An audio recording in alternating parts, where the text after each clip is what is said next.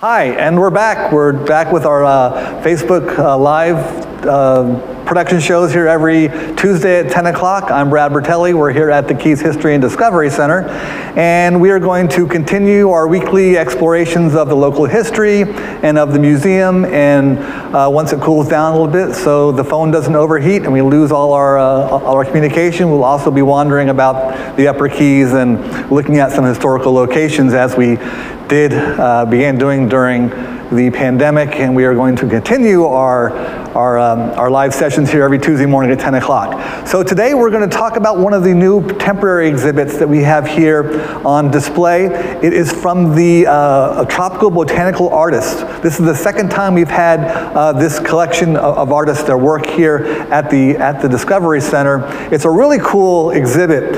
It was done in 2019 in collaboration with Biscayne National Park, and this exhibit has been titled Pollinators. And what it is, it's a collection of hand-drawn paintings and sketches and drawings, and it's all about the relationship between certain plants and the bees and the wasps and the butterflies and the insects that go to pollinate each different kind of plant, which is really kind of it's a really interesting way to look at it. It's a really cool kind of exhibit to walk through and to kind of get a better understanding of how pollination works and who does the pollinating and what plants they tend to gravitate to. And this is kind of particularly interesting because if you have milkweed in your yard, milkweed is a really interesting plant, and it's very conducive to monarch butterflies. And it just pops up in the yard, and it popped up in our yard at home a lot this year. And what's really amazing about it is when the plant, it grows and it has these really cool flowers on it, but suddenly one day you'll be walking outside and there'll be all these giant caterpillars on it, and they completely devour the plant. And like one day the plant is just there, and 2 days later it is stripped of every green, every leaf on it, and you can almost watch these caterpillars growing as they just kind of devour the plant. It's really kind of cool, and it's amazing how one day it's not there, and next day there are 4 or 5 caterpillars just devouring the plant, and it's really amazing how these insects know which plants to go to. And it's also remarkable that the milkweed, is all part of this process, that the plant, is completely stripped bare of its leaves, and then a week later, it's, back up again, and it's flourishing, and it's got its flowers back, and it's got its greens, its leaves back. But this is, and then, of course, we have the beautiful monarch butterfly that comes after it. A lot of people take the caterpillars after they turn into, they cocoon and become the chrysalis. I almost said something else, the rhymes with chrysalis. It's not really anything about butterflies. The chrysalis, and kind of, protect them and put them in an area where it's safe, and then watch them develop and watch the butterfly emerge and watch the wings come out. It's great if you have kids. It's a really fantastic project to do at home. Even if you don't have kids, it's really a cool way to watch nature kind of be created.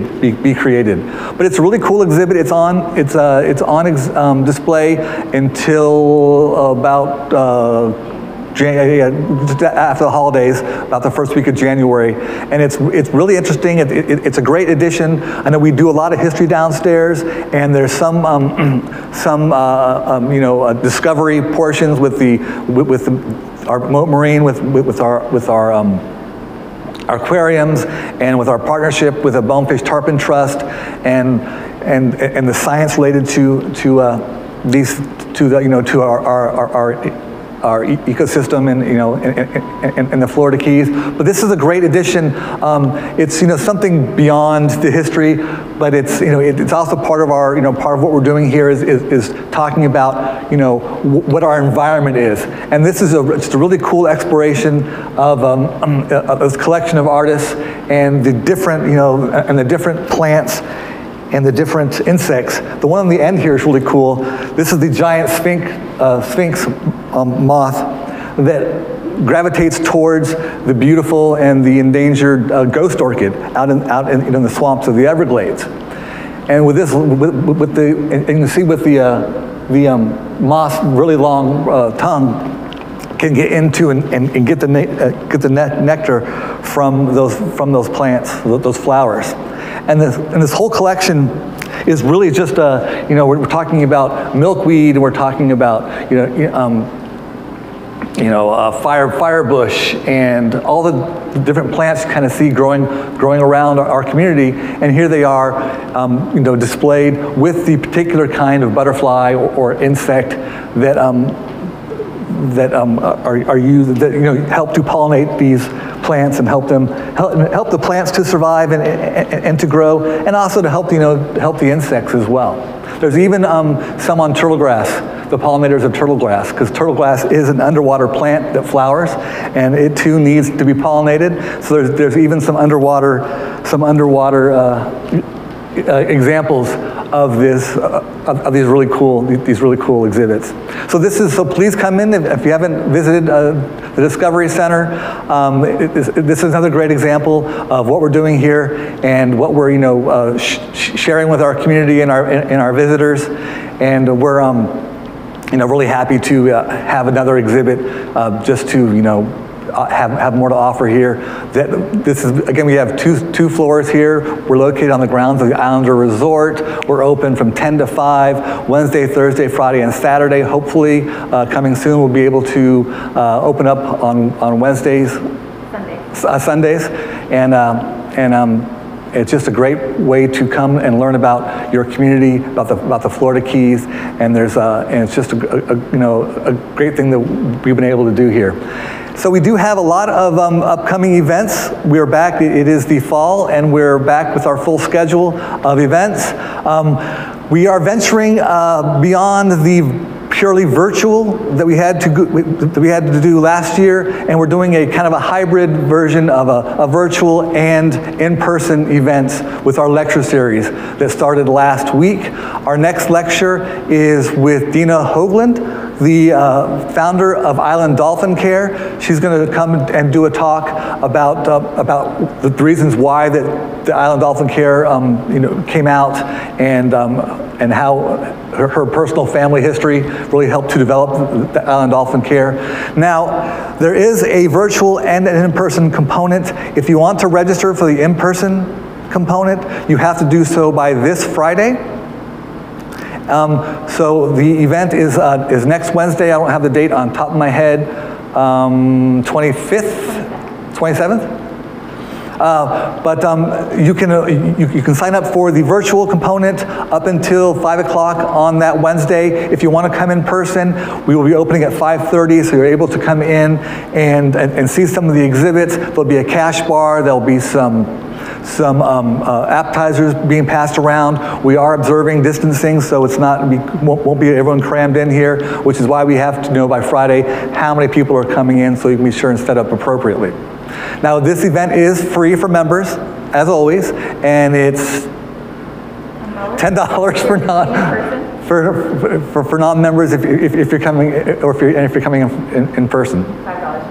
And $5 for virtual. All right. We also have our upcoming Night at the Museum event, our annual fundraiser, which will be a night in Havana Nights. And it's going to be in person. It's going full dinner, lots of cigars and rum, and it's kind of a celebration of the old Havana lifestyle and the old Havana heyday.